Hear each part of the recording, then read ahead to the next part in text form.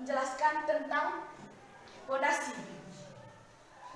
Pondasi merupakan salah satu bagian dari bangunan yang berhubungan langsung dengan tanah. Dan pada pagi hari ini, kami akan menjelaskan tentang pondasi dangkal. Pondasi dangkal merupakan kedalamannya yaitu maksimal 3 meter. Pondasi dangkal juga biasa digunakan pada bangunan yang tidak terlalu tinggi dan mempunyai keadaan tanah yang cukup keras dan mampu menahan beban bangunan yang akan ditopangnya, sehingga bangunan akan tetap kokoh dan tidak mudah roboh. Fungsi pondasi dangkal yaitu untuk meneruskan beban dinding dan bangunan pada tanah dengan aksial. Pondasi dangkal ada 7 jenis, yaitu yang pertama pondasi tapak. Kami akan menjelaskan pengertian dari pondasi tapak.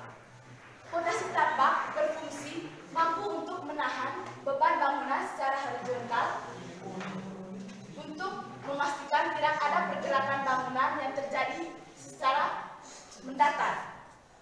Yang kedua, pondasi sumuran. Pondasi sumuran berfungsi untuk memperkokoh tanah bangunan, misalnya gedung atau rumah yang akan Anda bangun berada di kawasan pinggiran bukit atau pinggiran bebatuan. Yang ketiga, pondasi umpak. Pondasi umpak adalah salah satu jenis pondasi yang memiliki kemampuan untuk meredam goyangan dari gempa bumi. Sistem pondasi umpak dirancang sedemikian rupa supaya bisa meredam goncangan gempa dan mencegah bangunan menjadi roboh. Yang keempat adalah pondasi memanjang atau pondasi jalur. Digunakan untuk mendukung beban yang memanjang. Pada umumnya, pondasi memanjang dibuat untuk dinding bangunan yang dibuat membentuk persegi-persegi panjang atau trapesium. Yang kelima, pondasi rakit. Pondasi rakit adalah beton yang berbentuk rakit melebar ke seluruh bagian dasar bangunan yang digunakan untuk meneruskan beban bangunan ke lapisan tanah dasar atau batu-batuan di bawahnya. Yang keenam, pondasi plat beton. Pondasi plat beton adalah pondasi yang digunakan untuk mendukung sedaratan kolom. Pondasi plat beton jalur sangat kuat sebab seluruhnya terdiri dari beton bertulang dan bahannya lebih murah dibandingkan dengan pondasi batu kali. Yang ketujuh, pondasi Strauss-Pile. Pondasi Strauss-Pile cocok untuk bangunan 2-3 lantai dan strukturnya yang kokoh mampu menjaga kestabilan bangunan. Oke teman-teman, sekian penjelasan pengertian dari pondasi dangkal. Mungkin ada pertanyaan dari Selamat pagi Pak, selamat pagi teman-teman. Pagi. Kami akan mempresentasikan hasil pekerjaan kami, sekaligus kami akan mengajarkan kepada teman-teman tentang tema yang akan kami bawakan, berupa itu balok. Sekarang pada kesempatan ini, saya mempersilakan kepada teman saya Sivi untuk menjelaskan pengertian dari balok. Terima kasih waktu yang sudah diberikan oleh Dani. Yang pertama saya jelaskan pengertian balok. Pengertian balok adalah bagian dari struktur sebuah bangunan yang kaku dan dirancang untuk mengandung dan mentransfer beban menuju elemen-elemen penopang. Pertama, fungsi balok. Fungsi balok adalah yang pertama menahan beban atau gaya tekan pada bangunan. Yang kedua, menutup baja tulang agar tidak mudah berkarat. Yang ketiga, menahan gaya tarik meskipun hal tersebut kuat terhadap gaya tekan.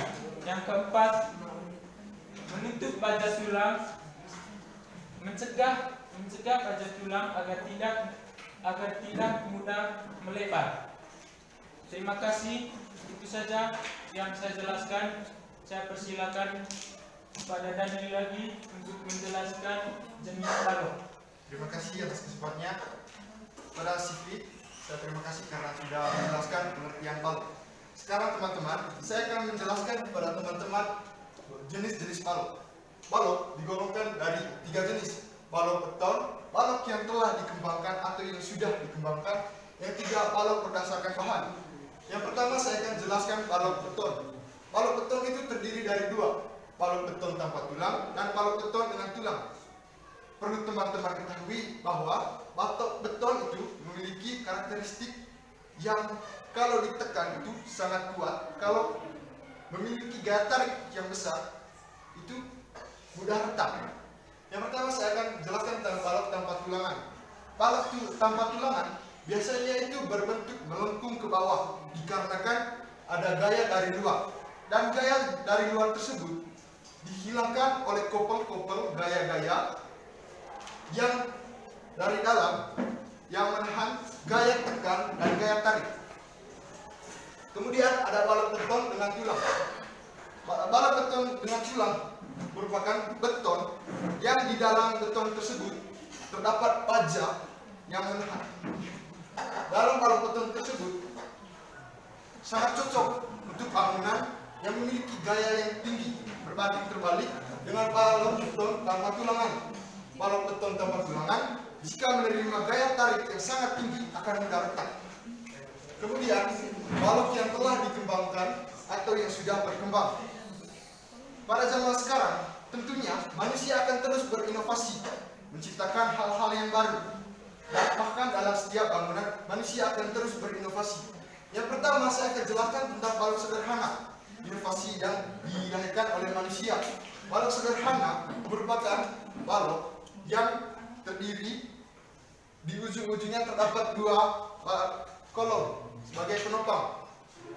Salah satu ujung dari balok sederhana itu berotasi dan bebas bergerak dan tidak memiliki gaya. Sifat dari balok sederhana tidak terpengaruh oleh komponen dari sebuah bangunan. Yang kedua adalah cantilever. Cantilever merupakan struktural kaku dari sebuah bangunan dan di ujungnya itu tetap. Dalam arti lain, balok cantilever ini bertumpu pada ujung yang tidak memiliki penyangga. Yang ketiga adalah balok deritisan. Balok deritisan merupakan balok yang disusun yang melewati sedikit dari ujung kolomnya. Yang keempat adalah balok dengan ujung tetap. Balok dengan ujung tetap merupakan balok yang ujung-ujungnya itu dikunci secara kuat dan tidak terpengaruh oleh gerak yang dihasilkan dari bangunan. Yang kelima adalah bentangan suspensi. Bentangan suspensi merupakan balok yang disusun secara horizontal dan digunakan pada bangunan balok yang memiliki ujung-ujung yang bebas bergerak. 6. Balok kontinu atau balok menerus. Balok ini merupakan balok yang disusun juga secara horizontal atau lurus membentang dan melewati dua lebih kolom dan sebuah bangunan. Tujuan dibuatnya balok kontinu dan atau balok penerus ini adalah supaya kekakuan bangunan itu besar dan mengurangi gaya yang dihasilkan dari bangunan. Yang ketiga adalah balok berdasarkan bahannya. Balok baja biasanya itu digunakan pada bangunan yang besar, misalnya pembangunan jembatan sangat besar membutuhkan balok baja. Yang kedua adalah balok beton, digunakan itu untuk membuat bangunan yang ada di perkotaan, misalnya bangunan-bangunan perusahaan yang sangat tinggi berlantai 3. Yang ketiga adalah balok kayu. Balok kayu itu biasanya digunakan pada rumah-rumah yang biasa kita bangun di daerah kita. Misalnya rumah saya dan teman-teman sekalian mungkin menggunakan balok kayu ini. Selanjutnya saya akan mempersilakan teman saya untuk menjelaskan beban-beban yang ada pada balok.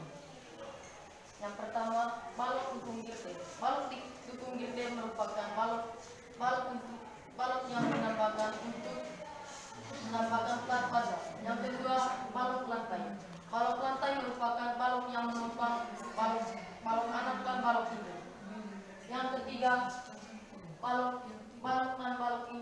pada sistem lantai. Balok dan balok induk pada sistem lantai merupakan balok lantai yang merupakan menopang suatu plat lantai. Yang keempat, balok atap. Balok atap merupakan suatu balok seperti balok garuda, pusar dan sebagainya. Yang kelima, balok spandrel. Balok spandrel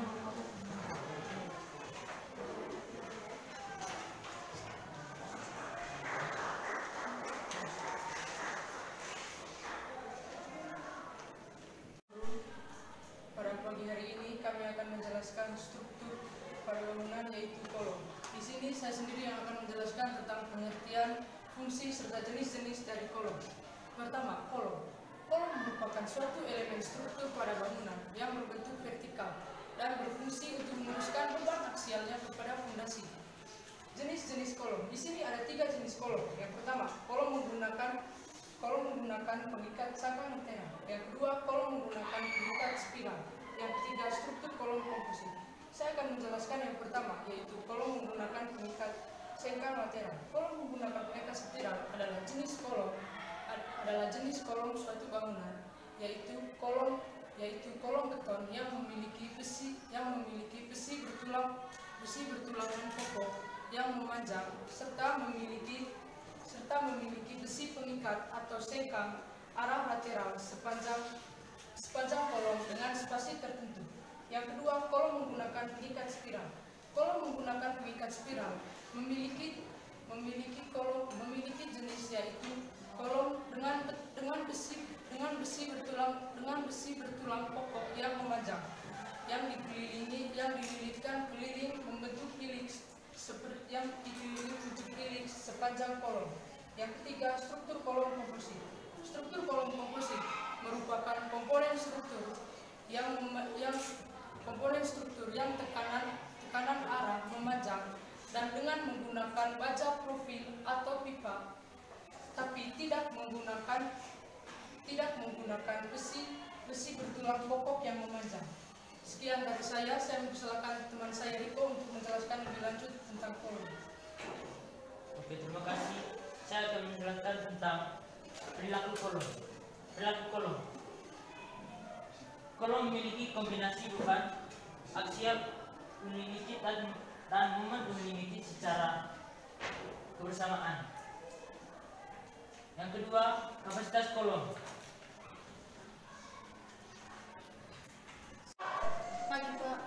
Pagi teman-teman. Kami akan menjelaskan tentang cangkang, selika, dan terowongan. Saya persilakan teman-teman saya untuk menjelaskan.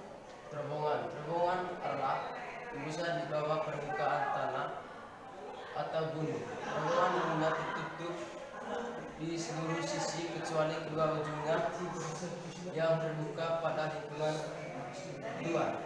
Terowongan sebagai sebuah tembusan di bawah permukaan yang memiliki panjang minimal 120 meter.